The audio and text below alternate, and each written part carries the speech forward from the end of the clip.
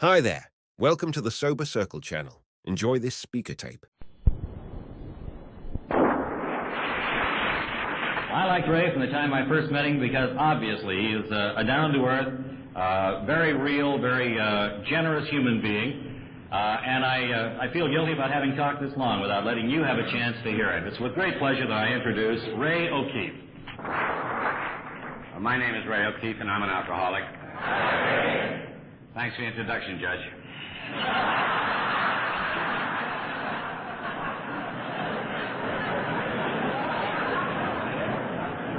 I am a member of the world-famous Mamaroneck group at Mamaroneck, New York. You have heard of that group, no doubt. I bring you greetings from the world-famous. In fact, I am authorized by the world-famous Mamaroneck group to wish you a happy Roundup. That authorization came to me at a meeting of our steering committee, and the vote of our committee was 11-7.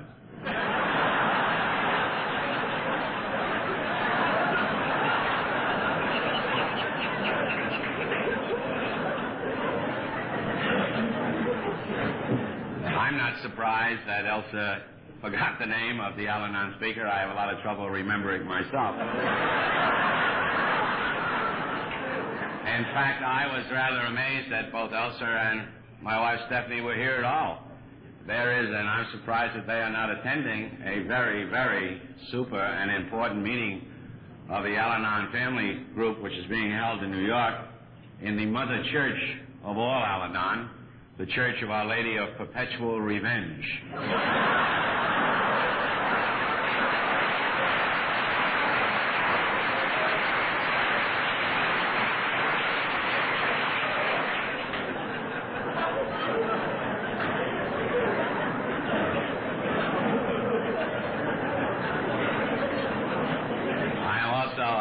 Back again in Minnesota. I have had that privilege twice before, and I have met people here that I have known before, and it's always good to be back. And I also have a personal reason that I'll tell you about later why I am happy to be in Minneapolis.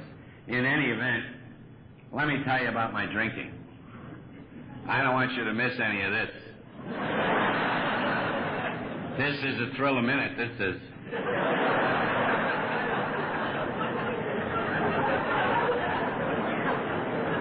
I grew up in one of the neighborhoods in New York City, and my neighborhood was rough, and it was tough, and it was Irish. You won't know anything about this here in the land of the lakes, but they drank in that neighborhood. Oh, yeah. You would actually see people on the street under the influence of alcohol. Yes, yes.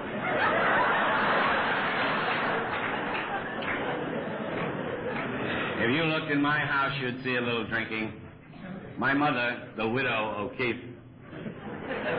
was known to take a drink from time to time, and when the pressure got on, Kitty would go for the light wines and the spirits, and something would fly, usually one of the children. My brother Billy, on the other hand, was a very bad drinker, and in a neighborhood of Irish drunks, Billy O'Keefe stood out as a drunk. And so when I showed up at the local joint and ordered up whatever it was they were handing out to 14-year-olds that afternoon, nobody paid any attention to me, just another O'Keefe coming by, seeming to do what came to the rest of the family so naturally.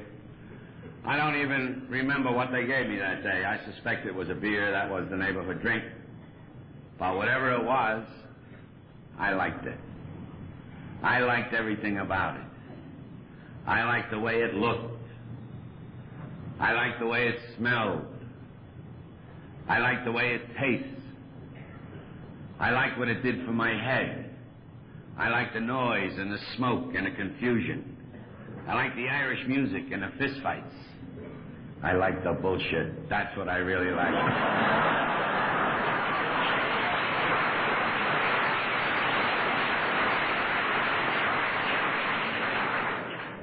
I was going through the parochial school system, in a manner of speaking, and I got into all of the difficulties and troubles you might imagine a young man would get into trying to go through that system drunk. I was thrown out of high school a number of times. I held the neighborhood record for being thrown out of high school, a record previously set by my brother Billy. When I was finished with high school, or more properly put, when they were finished with me, because someone made a mistake somewhere in a small school in New England, I got a chance to leave the neighborhood, and I went away to college. And my drinking changed. In the neighborhood, we drank beers, and we drank shots and beers. We call those bats and balls. But when I got north, they weren't drinking that way. There were no bars in that place, just restaurants.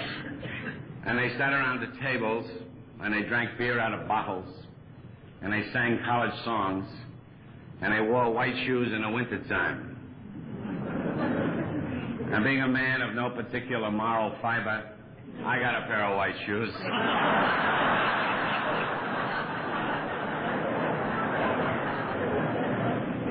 I learned the words of a few college songs. I drank beer out of a bottle. I got very collegiate. World War II was just about over, and it was relatively safe, and things were slow on the campus.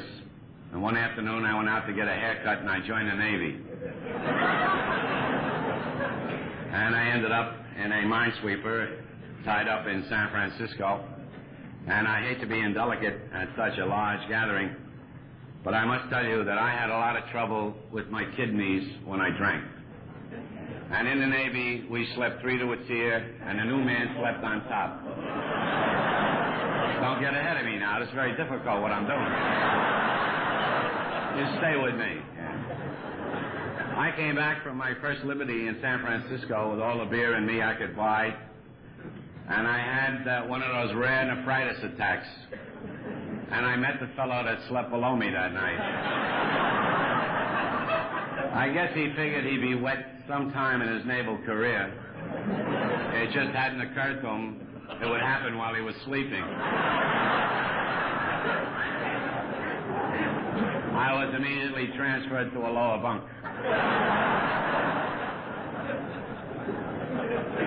One day, this mighty ship of the line, bristling with armament, was floating around in the South Pacific, trying to stay out of harm's way. And my executive officer sent for me, and he told me something that I was to hear many, many times in my life. But it never helped me with alcohol. In fact, if anything, I think it hurt.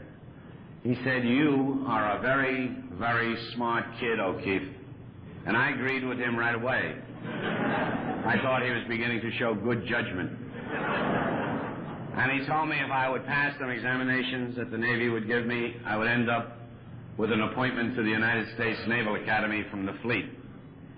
And so I ended up with such an appointment, and I was sent to a very fancy preparatory school in Maryland. And I was only there a matter of months when the executive officer of the school called me in. His experience must have been different from the other man's, because he threw me out of the school. He told me they had rules about people like me who went over the fence and came back drunk and started riots. And he suggested that I resign my appointment and rejoin the fleet. And he put his suggestion in the form of a written order. Being a well-trained military type, I got packed and ready to be sent far, far away. But with characteristic military efficiency, I was placed on board the yacht of the President of the United States.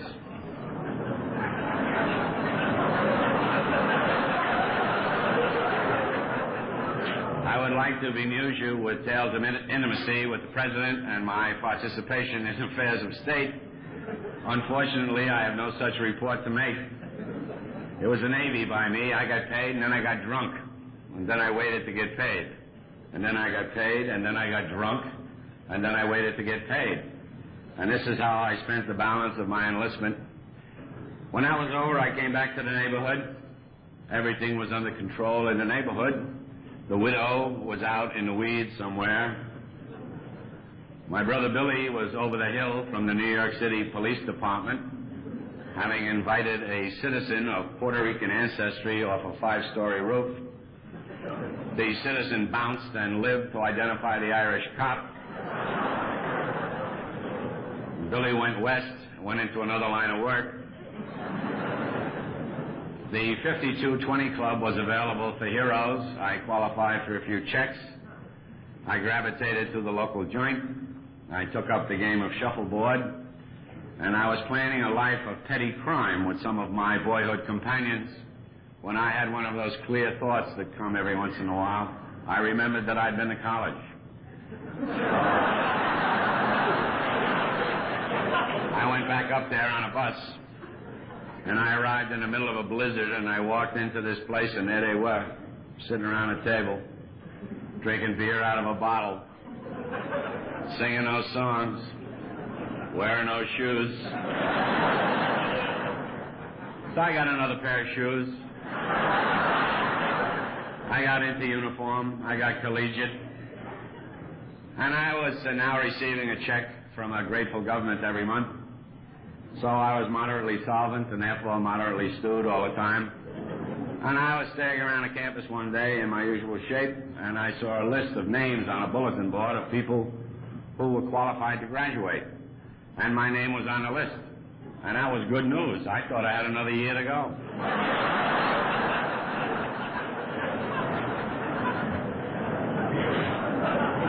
I notified the widow of this great event, and she came north, and that was a rather tender sight.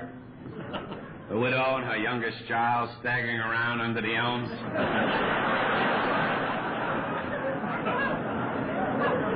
About 10 years later, I served as a trustee of that college, and they were still talking about my mother.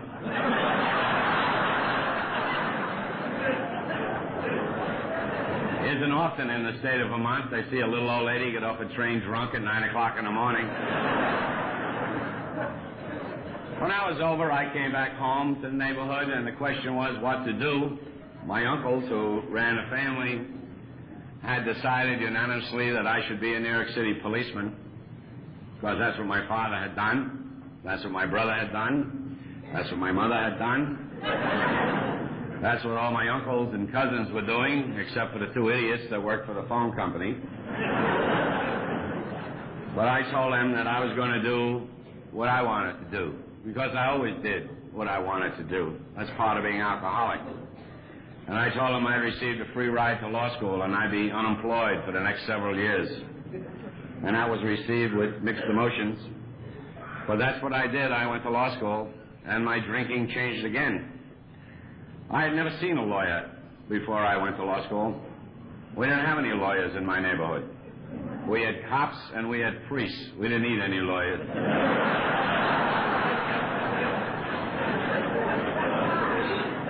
I hate to be disloyal to the profession, but I'll tell you, when I got to law school, I found I was in the company of the biggest collection of stiffs that had ever assembled under one roof. These guys were very deadly. They all had a blue suit and a white shirt, and they wore glasses.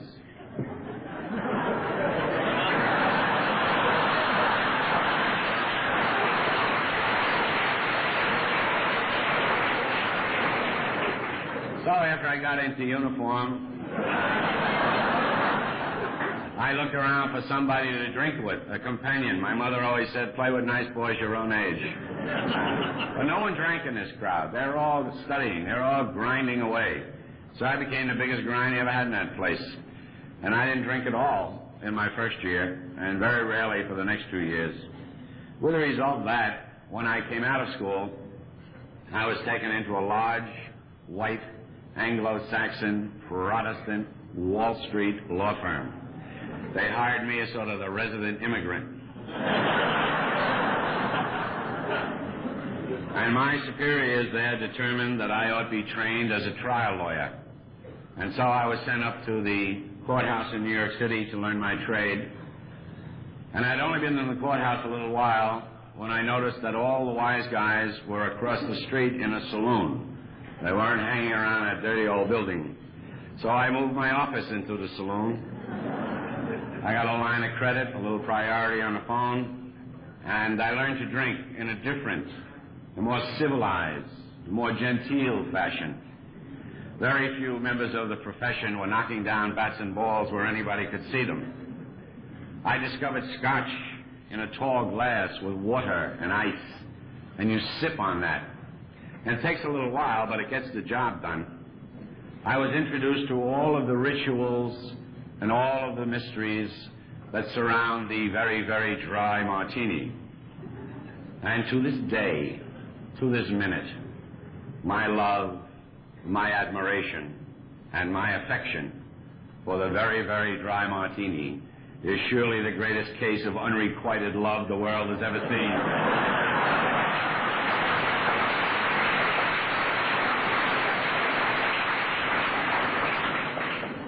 I just been handed a note that as of 8:25 today, there are 6,001 registered.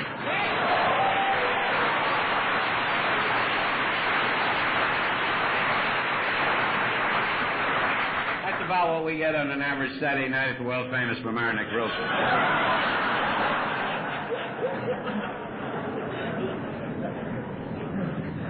After this civilizing process had continued for a while, it was necessary in my natural development that I be married. And I had located this lady, or she had located me. I don't know how those things work. I met Mrs. O'Keefe, my wife, my current wife. I always call her my current wife. I find it keeps her on her toes.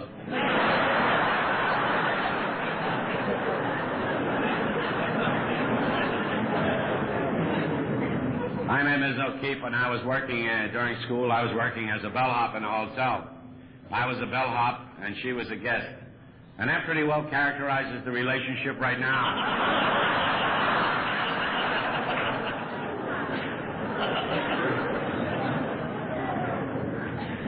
Ms. O'Keefe and I got married, and we settled down and set up light housekeeping. And Ms. O'Keefe then began to deliver herself of children in a rather boring and monotonous fashion, and with a regularity that's known only to the devout Roman Catholic. Did I get some more of that, Chuck? And after the second of those events, I received a phone call from the dean of the law school I had attended, and the dean asked me to come by, and I went to see the dean, and he invited me to become a member of the faculty and to become Professor O'Keefe. And I responded with great alacrity. And there I was, the boy professor. And I was nervous about this job because I didn't know really whether my background merited that position. And I knew that I drank an awful lot, so I thought I would cut back on my drinking. And I entered into a period of controlled drinking, which lasted for 3-4 years. But it wasn't successful. I didn't control anything. But as the time went by, I became a little more secure with the teaching, and so then I went out to drink the way I always wanted to drink. In fact, the only way I knew how to drink. My father died when I was 2.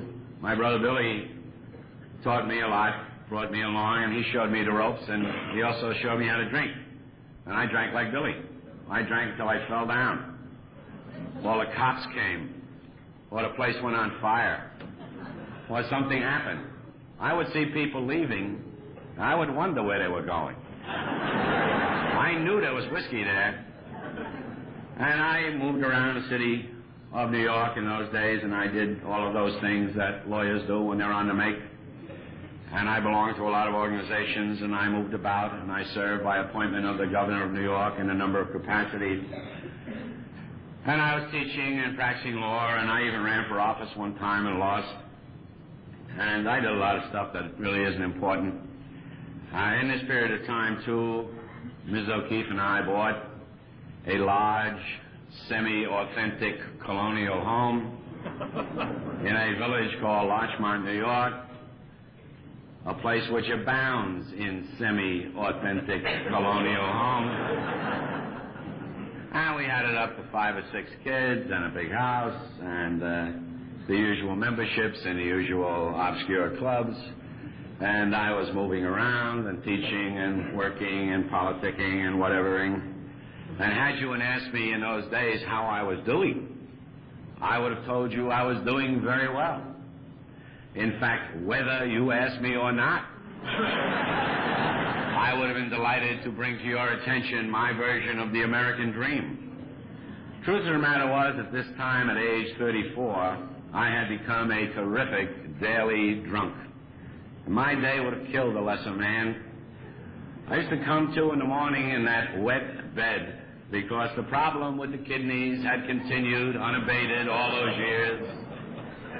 And I would struggle out of that wet sack, and I would begin my morning calisthenics. And my calisthenics were performed kneeling with my head in a john.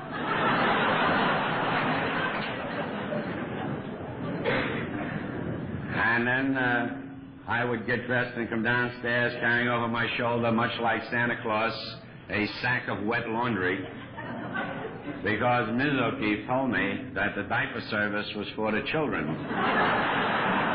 And she did not think that a lady of her extreme breeding ought to do the wash of a 34-year-old bedwetter. You can imagine a man of my stature in the community starting off each morning with a load of wash. But once I got my wash out of the way,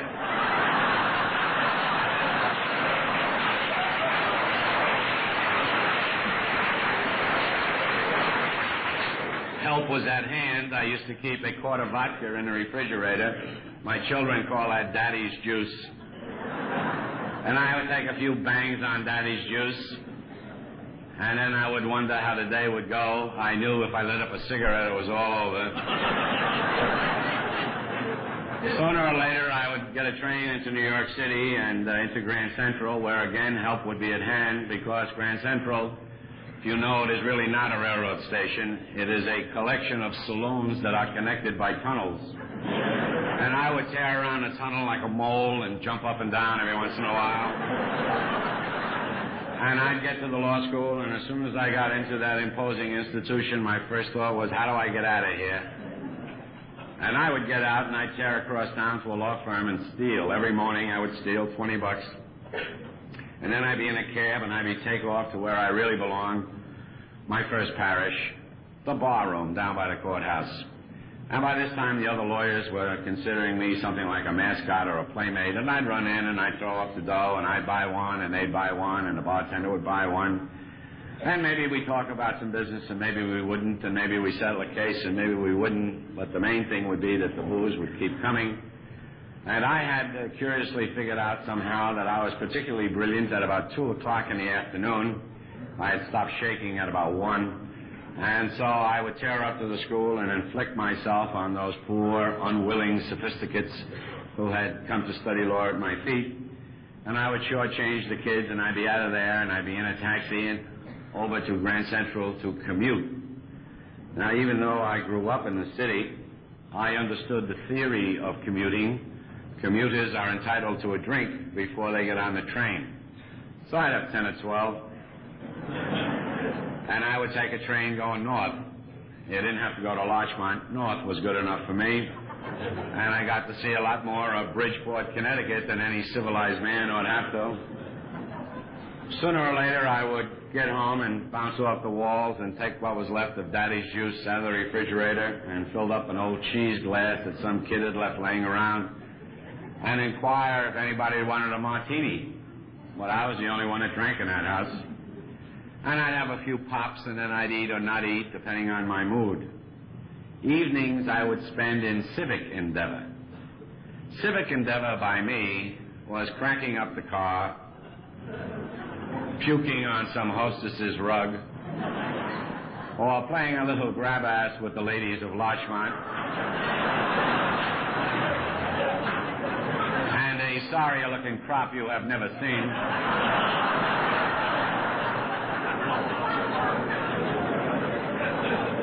Most evenings I would just stay home and vegetate, and I'd watch television with one eye like that, trying to get those sets to come together, and I'd watch the TV with one eye, and I would drink, and I would go through the programming and the news and the late show and everything else. And finally, my big moment would come when they played the Star-Spangled Banner. And the destroyers would come through the water, and the Marines would go up Mount Suribachi, and the airplanes would fly by, and I would cry.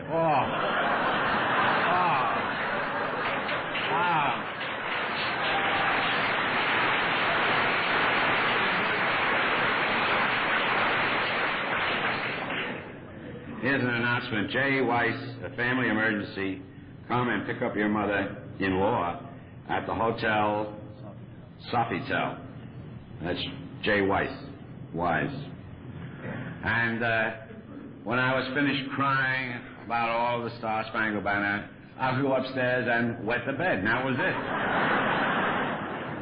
Well, as anybody who's ever been married can tell you, while all this was going on, Mrs. O'Keefe was not entirely silent.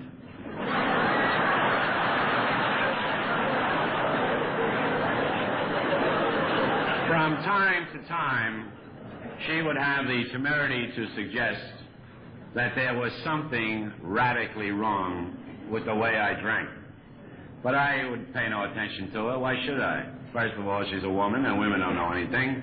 And secondly, she is not an attorney, and I told her that. And then we would have the argument, and I'd say, now, wait a minute, wait. I don't drink that much. I don't even drink as much as my mother. And she would say, nobody drinks as much. And I'd be right out the door, you know. Well, this drove her wacky, and she ended up at her doctor, who, as you might imagine, is an obstetrician. And he could find nothing the matter with her until she told him that she lived with a drunk. And this explained her condition to him, and so he sent her home to me with a message. And I used to sit in this room, in this house. It was a nice room. It was a den, and it was very nice, and we don't live in that house anymore. We had some more children. We childrened ourselves out of that house. That is a polite expression of how we came to move from that home. Anyhow, and this... You gonna stay with me or what?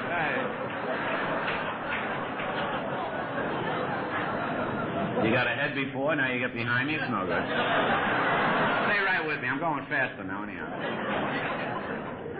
And in this room, on the wall of this room, I had erected a shrine. Now, this shrine was not to any saint that you ever heard of. This shrine was to me. And there were pictures of the great and the near great, and there were diplomas and proclamations and plaques and certificates and all the stuff I had collected for many, many years, and letters, you know, Dear Ray, Love Jack, one of those, and they'd be hanging up there. And I watched the television with one eye, and I would drink, and they put on a commercial, and I'd look up the wall, and I'd think, you are terrific. Well, Ms. O'Keefe came to pay a visit to the shrine this evening. And the message that she brought me was that her doctor, the obstetrician, had diagnosed her husband, the professor, as an alcoholic. I was outraged to hear this, and I rose and began one of my usual jury harangues. And the first point I made was a good one. I took a very stern and dim view of a doctor who would diagnose a patient without having seen him. I was against that practice. And then I went into high gear, and I asked Mrs. O'Keefe a question to which she has not yet discovered the answer. I asked her what kind of a man became an obstetrician in the first place. And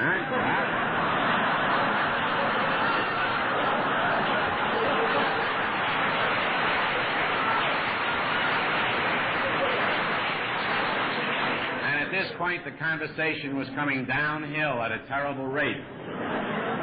And then it happened. I don't know how this happened. I can only tell you what happened. I cannot explain to you how this happened. I can explain many, many other things to you, and I probably will in the second or third hour of this terrific talk that I'm in. But I don't know how this happened.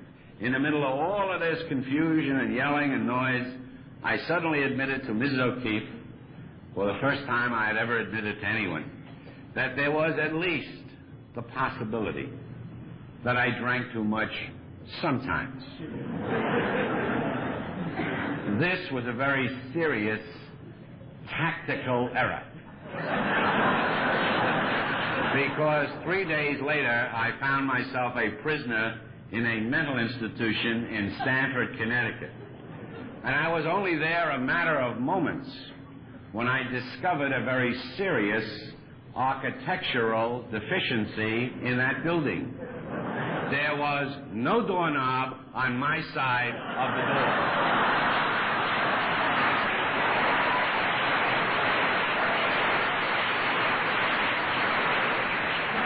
They had sandbagged the old professor. And I was once again overcome with feelings of outrage and self-pity because in addition to these terrible circumstances in which I found myself an innocent person, it was also the occasion of my 35th birthday. And I mentioned this to a man in a white coat who was passing by, and I very carefully explained to him that on that very day I had attained age 35, and therefore, under the Constitution of the United States of America, was eligible for the office of President.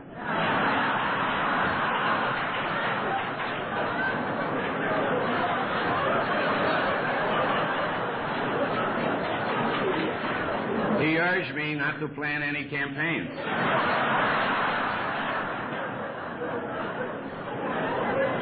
He said there were 2 other presidents in residence.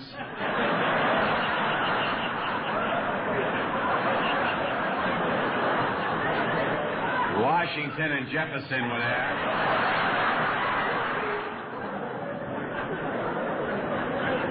This was no ordinary tryout joint. This is a very fancy rattle box, as befitted a man of my position. And he went away and he left me, and then, of course, I did all of those wonderful, warm, happy, interesting things that alcoholics do when they withdraw from alcohol.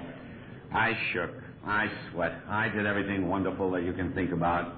And I finally came up for air after the first week or so, and I was then visited by the staff of the hospital. And they, of course, were psychiatrists. And the first one in to see me was the head of the hospital, and I would have expected no one less. And he fixed his cool, professional glance upon me, and he asked me that question that so many people insist on asking alcoholics. It's such a brilliant line of inquiry. He said, "Tell me, Professor, why do you drink so much?" So I told him. I told him about my wealthy parents. I told him that Dada and Momsy used to travel a lot, and I had been left in the hands of cruel servants who were black. And I had become insecure and turned toward alcohol. And he was very sympathetic. Said I'd come to the right place. And he left, and about an hour later, one of his colleagues came in and asked me the same question. So I told him, after all, one doesn't lie to a professional. I told him of my impoverished youth. I told him of the beatings I received at the hands of my drunken mother. I even told him about the time my sister Marie stole my rubber duck when I was 3 years of age. He told me that help was at hand. He said it might take a long time. Said it might be a little expensive. But he said with his help, and with the help of medical science, one day I would drink safely again. And I said, "Thank you, doctor." He was my kind of a doctor, that doctor. And the last psychiatrist that came in to see me, and the last psychiatrist I have ever seen, with the exception of one I drive to meetings now from time to time,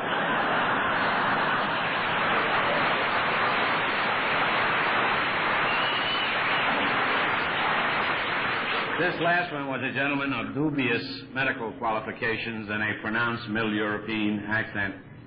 And he was fascinated by 2 things. One was my professorial status, and the other was the fact that I was wearing sneakers in January. We had a long discussion about the footwear. He found something significant there that had escaped me for many years. And he finally popped the question, and I told him I gave him a sexual aberration that drove him out of the room. He thought he'd been given a great degenerate to work with. And perhaps he had. Well, I wasn't as smart as I wanted everybody to think, because they had a staff meeting, and they discussed the fat guy in 102, and they came to the conclusion that there was a fraud in their hospital. And so they sent for poor Mrs. O'Keefe, and Mrs. O'Keefe had to come up through the snow and the ice, And I was brought into a room not quite as large as this, and Mrs. O'Keefe was in the middle of it, hysterical. And she told me that I was in grave danger of being expelled from a mental institution.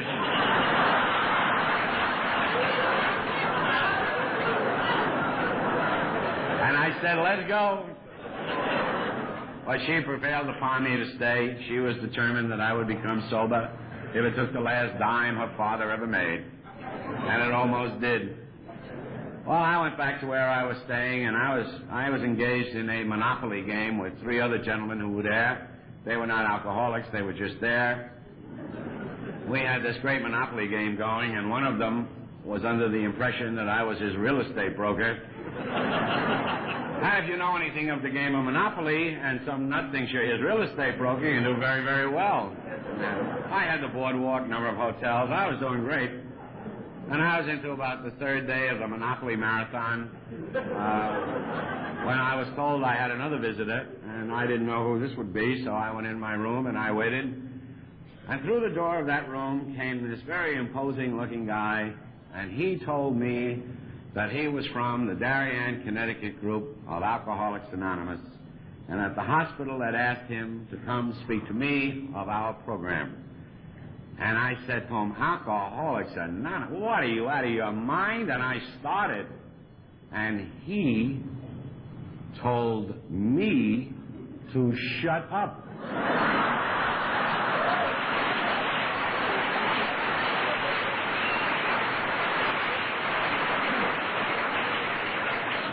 I figured he had not been properly briefed.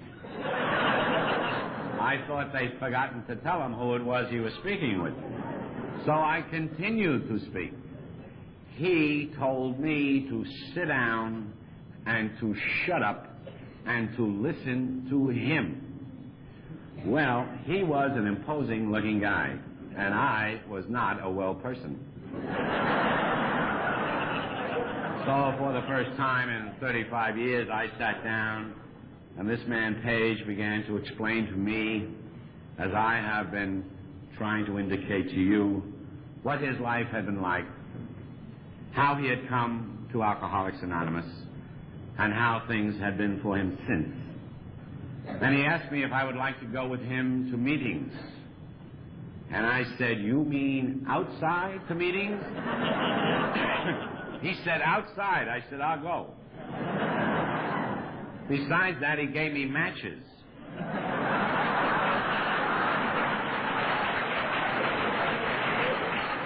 Nobody else had allowed me to have any matches. So that's how it began with me. Paige drove me all over the snow and the ice, and I came back home after a month or so and began to attend locally, and I don't remember so much of all of that.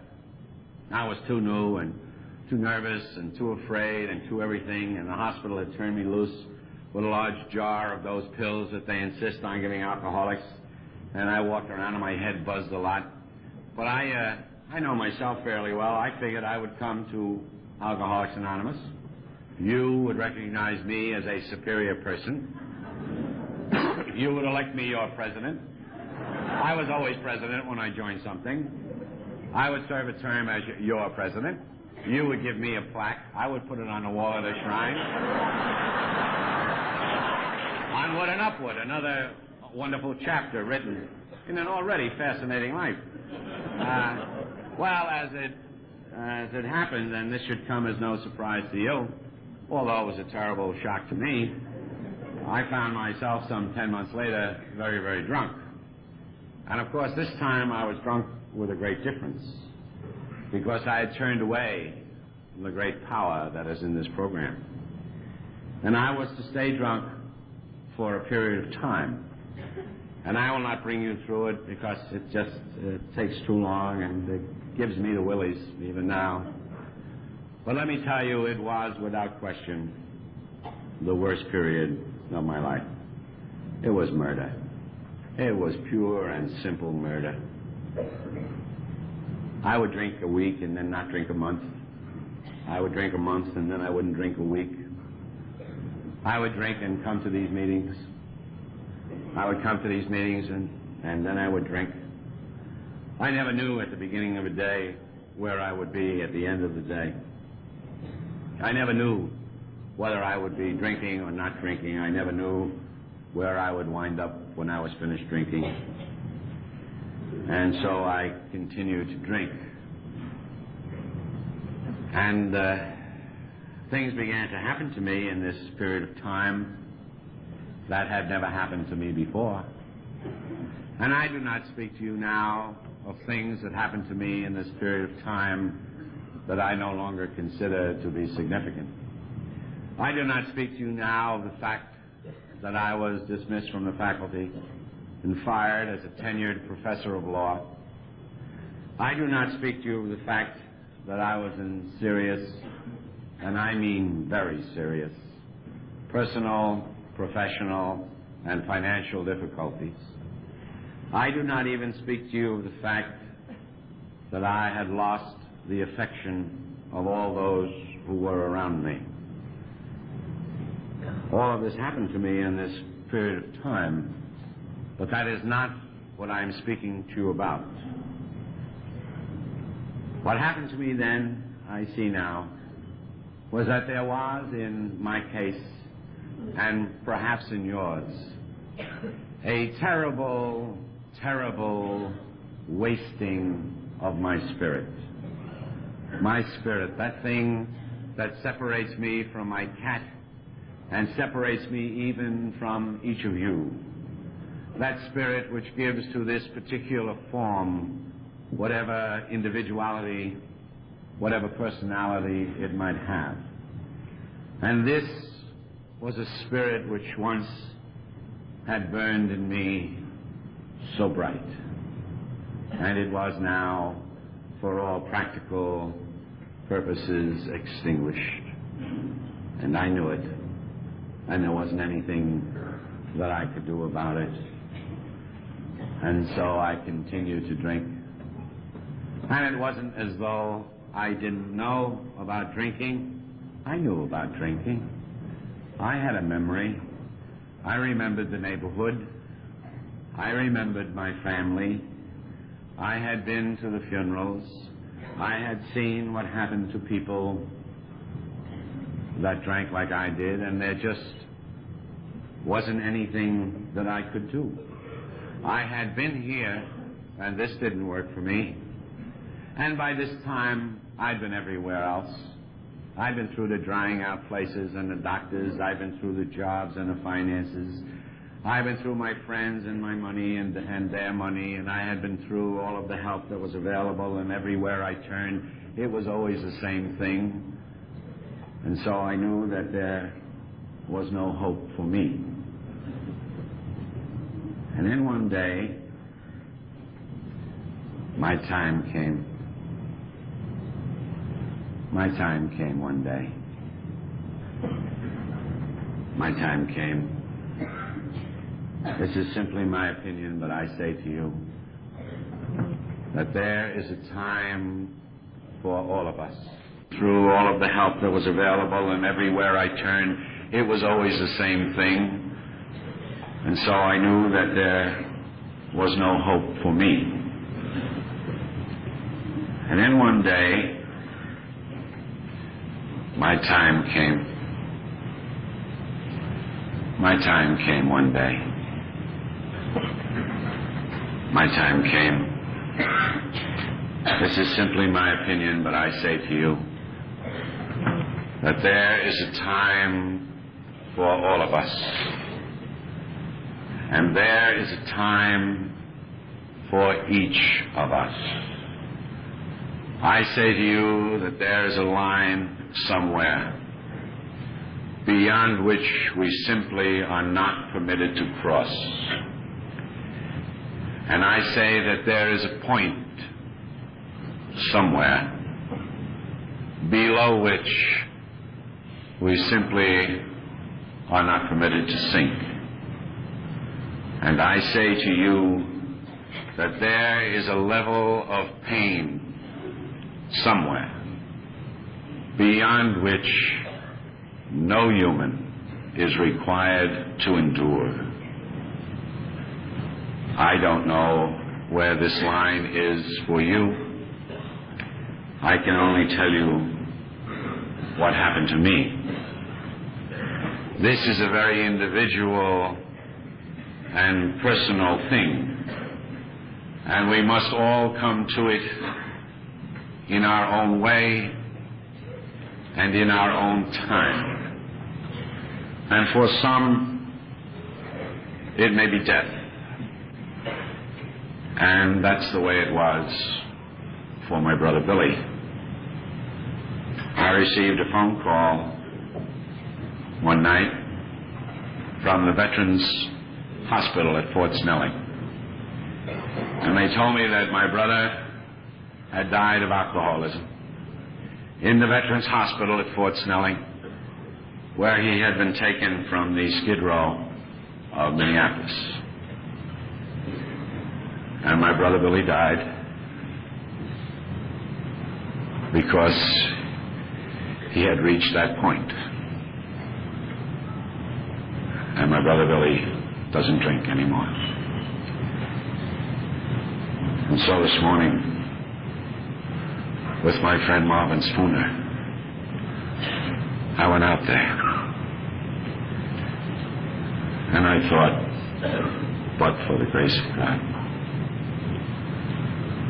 Now, for other people, it can be something very trivial. You don't have to die. But the line is there somewhere. And I came to it one day that wasn't much different from many other days. I was in my office. I was about 3-4 days away from a drink. I was thirsty. I thought I'd better get a drink. I thought I would have a drink. I knew it would help. Instead of doing that, I did something I had not done before. I called a longtime friend of mine and a longtime member of this program, and his name is John, and he is my sponsor. And I asked him if he'd come over. Of course, he came over. And he came into that room, and he looked so good, and I felt so bad. And I asked him what I would have to do to be as successful as he was in the program of Alcoholics Anonymous. And John gave me that look he has, and he said, don't drink. Go to the meetings. And I said, you see, John, you really don't understand.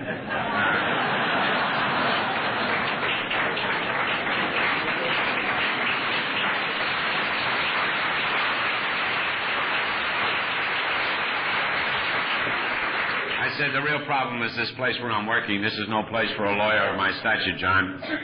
And he said, yeah, well, don't drink. You go to meetings. You'll be all right. And I said, well, at home it's worse. I can't go back there. You know the trouble up there, John.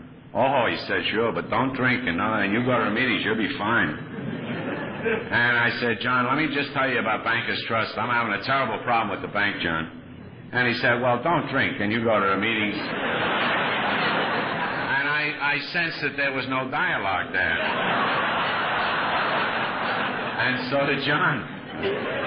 Of course, he made a few phone calls, and he said, come on, Raymond, you know, you're not doing very much anyhow. And he took me up to Grand Central, and he stuck me on the train for Larchmont. It's about a 40-minute ride. Halfway up, I reconsidered. What did I call him for? Huh? Don't drink, huh? Don't drink my ass, don't drink. Wait till this train stops. And that was my attitude when I got off the train, and standing on the platform of the Larchmont station was my mailman, a guy named Al, who was then chairman of the world-famous Mariner Group.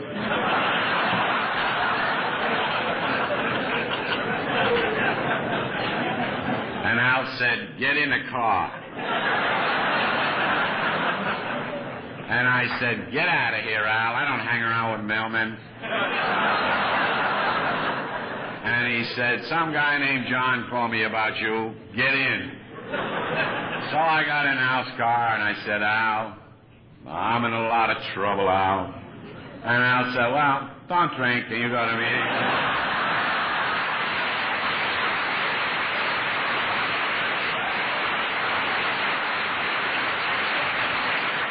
And Al took me for a ride, and we had some coffee, and he came back to the house, and he took me to the Mamaroneck group that night. And I didn't drink that day. And I haven't had a drink since. And it was the day before Thanksgiving, 1965.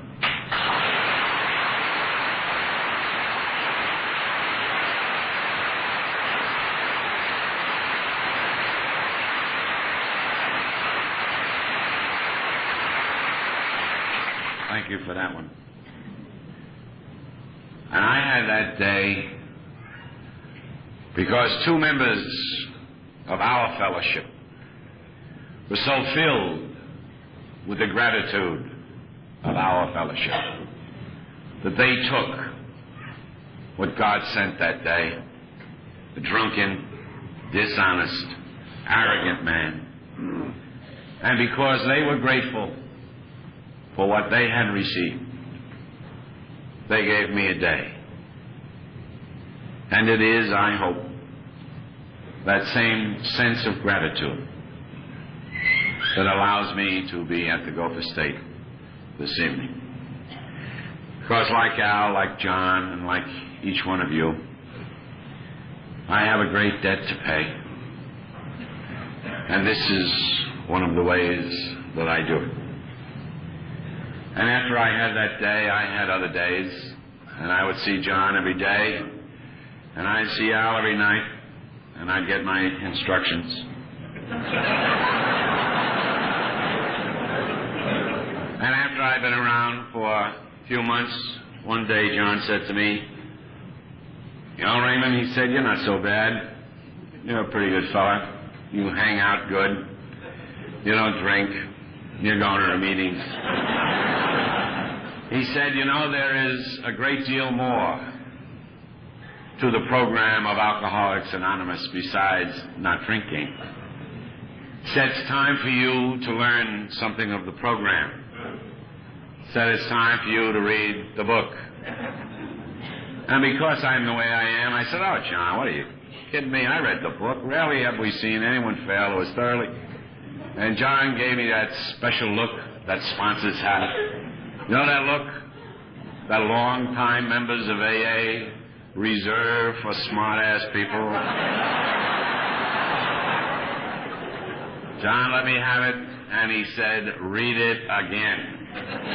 And I said, "Yes, John." Because by that time, my sponsor had taken me to the point where I hope your sponsor has taken you, where no matter what he said, ultimately I would say, "Yes, John." So I began to read again the book in Alcoholics Anonymous, and I was appalled at my initial ignorance. I did not know or understand then, as I understand now, that at the time the book was written, 100 or so men and women had become sober. I did not then understand or appreciate that years had passed between the meeting of Bill and Bob and the publication of the book, as Dave told us about this morning. I did not understand that the steps that are contained in the 5th chapter of that book were steps literally taken by these men and these women as they had become sober. I thought when first I came to Alcoholics Anonymous that if I said to you that my name was Ray O'Keefe and that I was an alcoholic, I was doing something about the first step of this program. Of course, that's my name, and I'm an alcoholic. But the men and the women who founded this program did a great deal more than simply identify themselves as alcoholics. They admitted that they were powerless over alcohol, that their lives had become unmanageable. And their lives had become unmanageable because they were powerless over alcohol. They were powerless. They had no power. They were without power. It says in our book that the dilemma of the alcoholic is his lack of power. He has no power. He is powerless. But they didn't drink. And time began to pass for them. Time has passed for me. Time has passed for this remarkable Roundup. And if you come here new, time will pass for you. And time has a wonderful way of passing in the program of Alcoholics Anonymous. It passes one day at a time. And somewhere after this succession of days, these men and these women came to believe that there was a power greater than their own. And they believed that that power could restore them to sanity.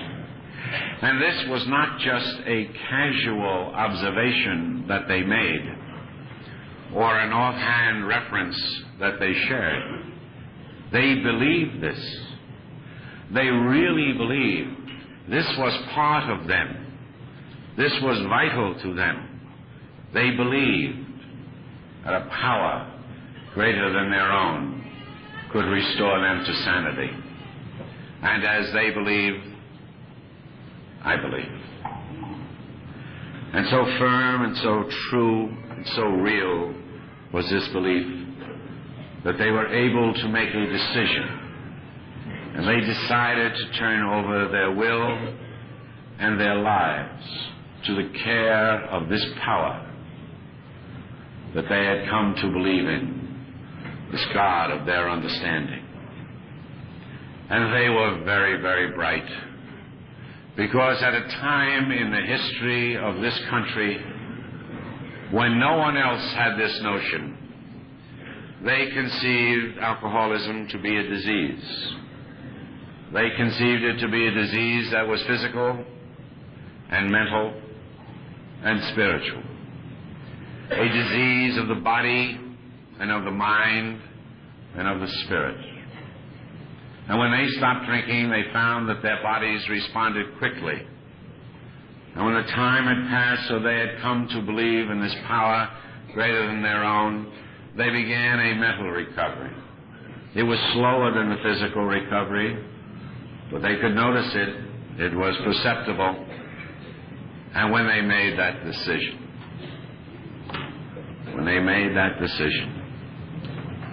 well, to make a decision to turn over your life, that wasn't so much. They had already admitted that their lives were unmanageable. But when they made the decision to turn over the will, that was the thing.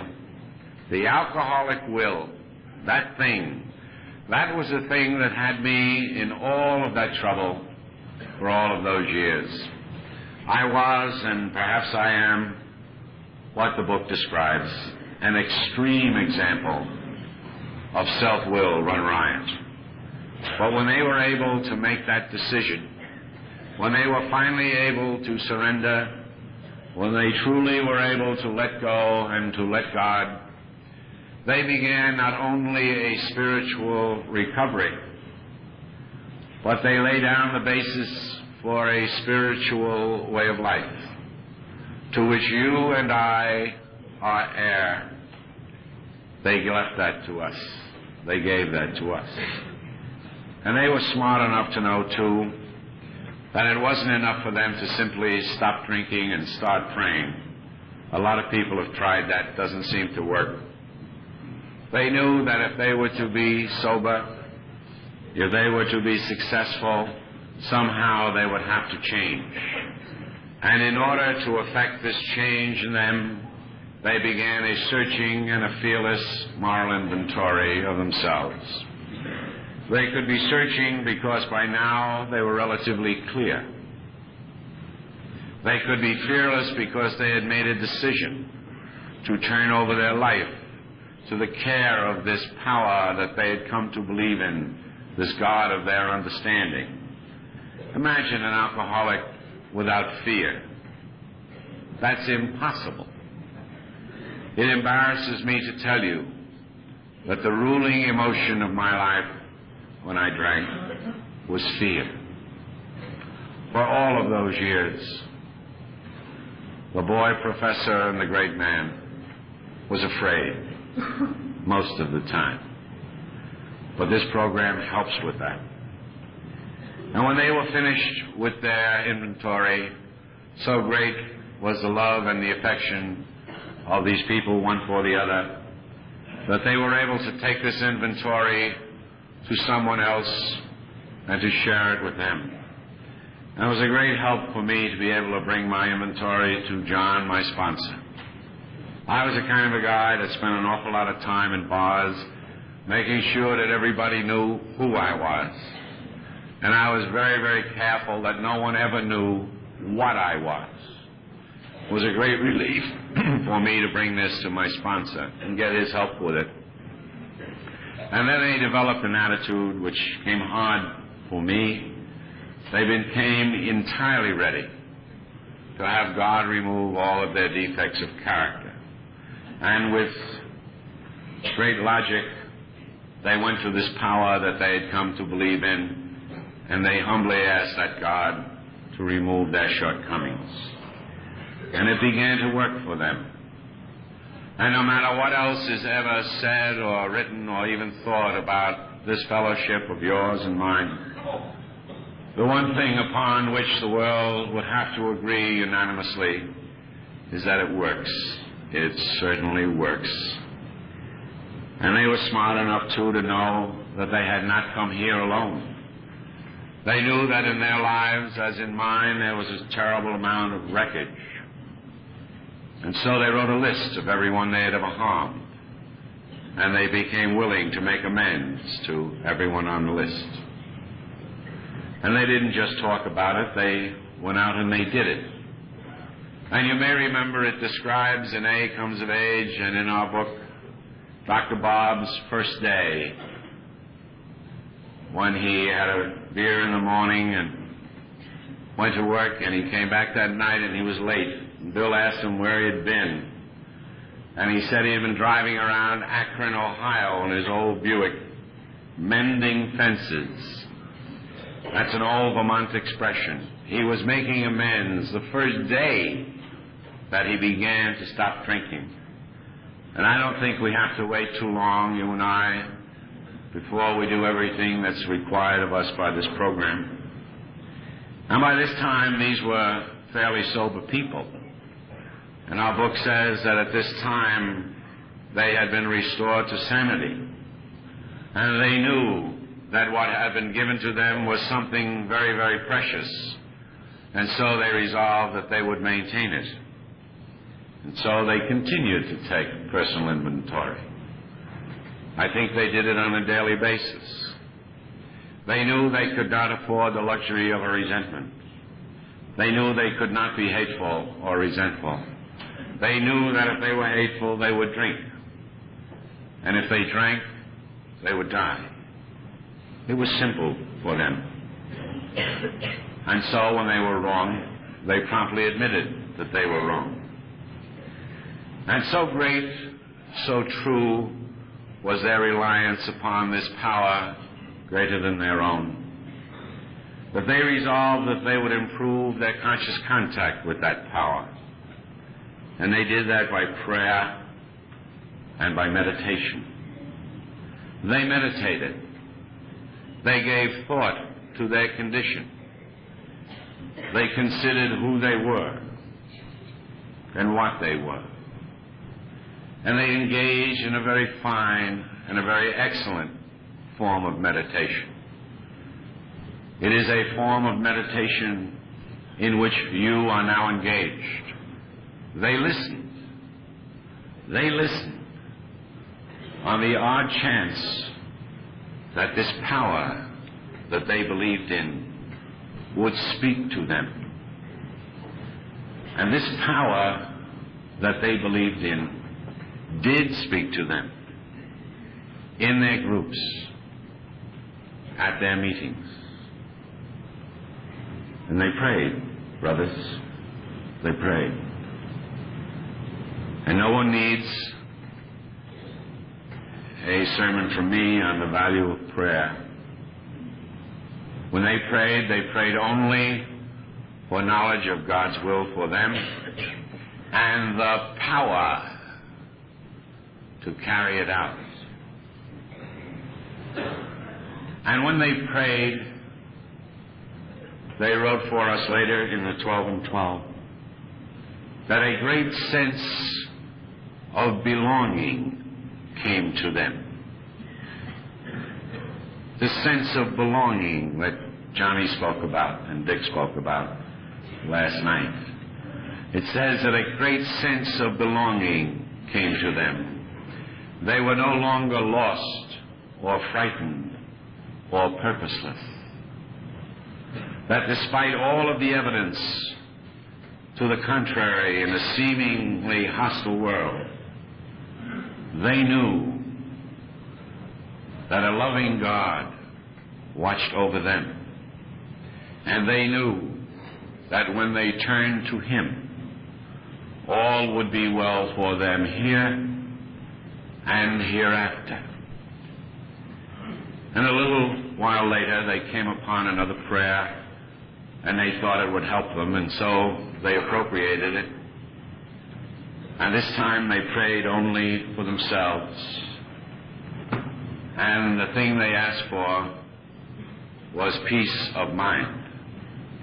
And so they prayed that God would grant them the serenity to accept the things they could not change.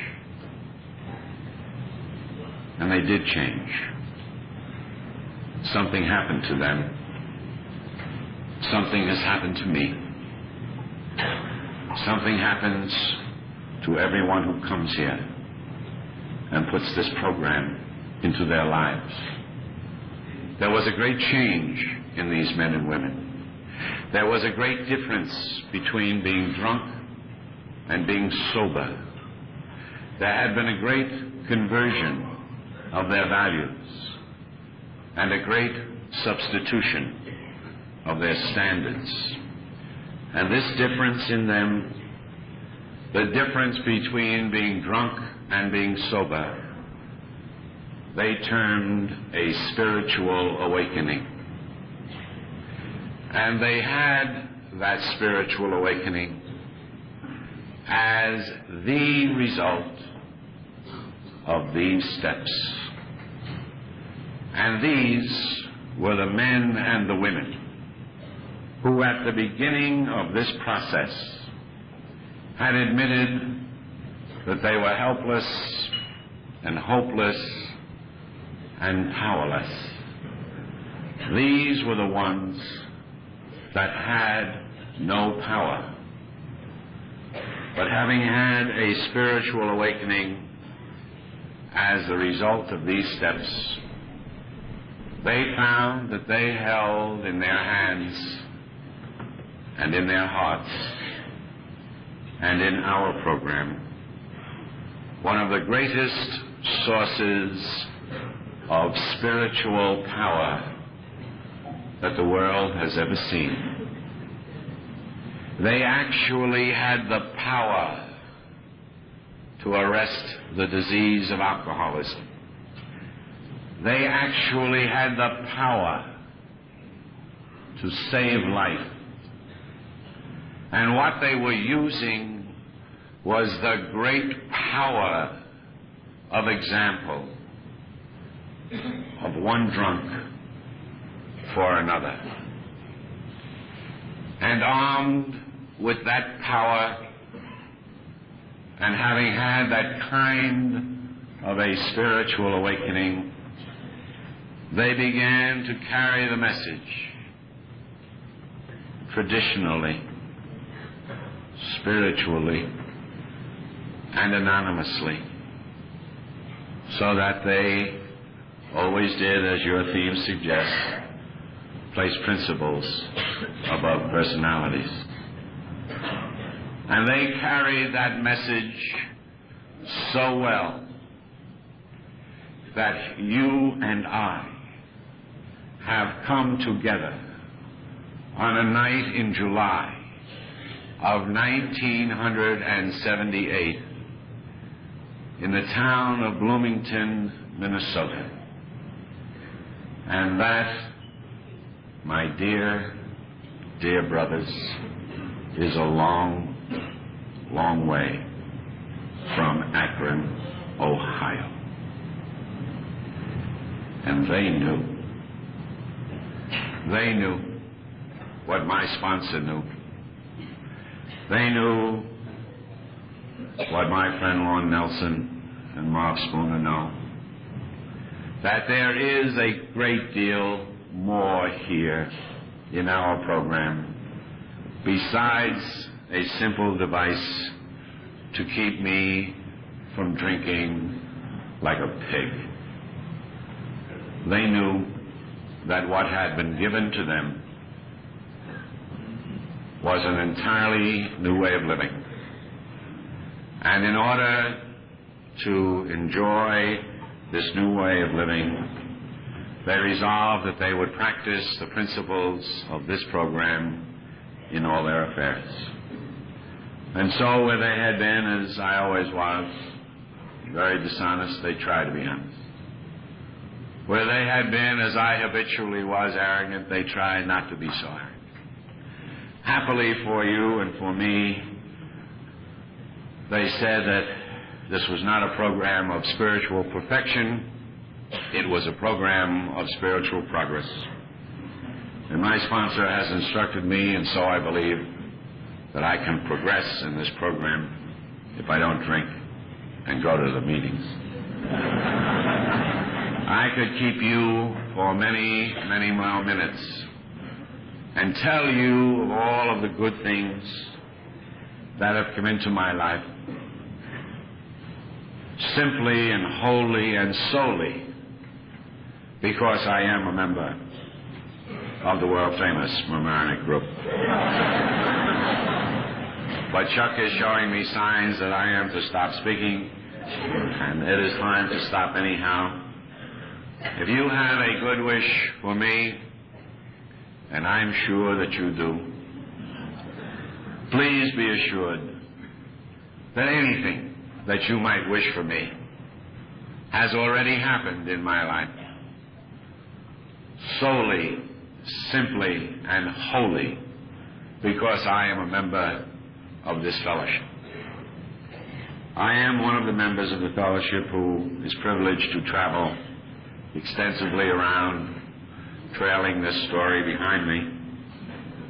And everywhere I go, I say about the same thing. And every time I leave the same way. And I leave by reminding you of a pamphlet in AA that is dear to me.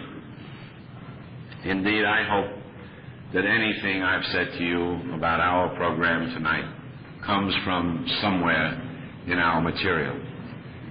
I hope truly that there is no original O'Keefe in this little talk. And in that pamphlet, The Member's View of Alcoholics Anonymous, the author at the end takes a biblical turn.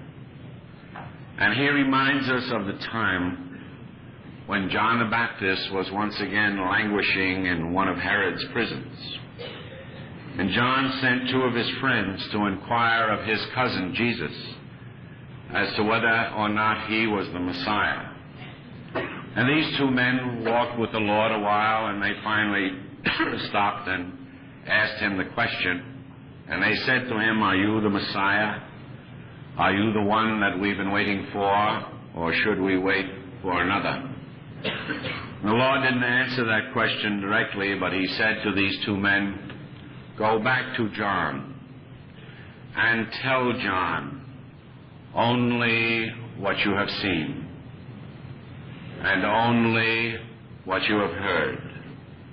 And tell John that the lame walk, the blind see, the sick are made well. And tell John that the poor have the gospel brought to them." I was taught in my early training that the word poor in that context could mean poor in spirit. And everyone knows that the word gospel simply means good news. And so, my brothers here at Gopher State, if you will accept a report from me based upon my observations in Alcoholics Anonymous, I will tell you only what I have seen and only what I have heard. And based upon that observation, it seems to me that the lame do walk, and the blind do see, and most certainly the sick are made well. And I have seen over and over and over again, through the longest day and into the darkest night, the good news of our program brought to the alcoholic who still suffers, the poor in spirit. Thank you so much.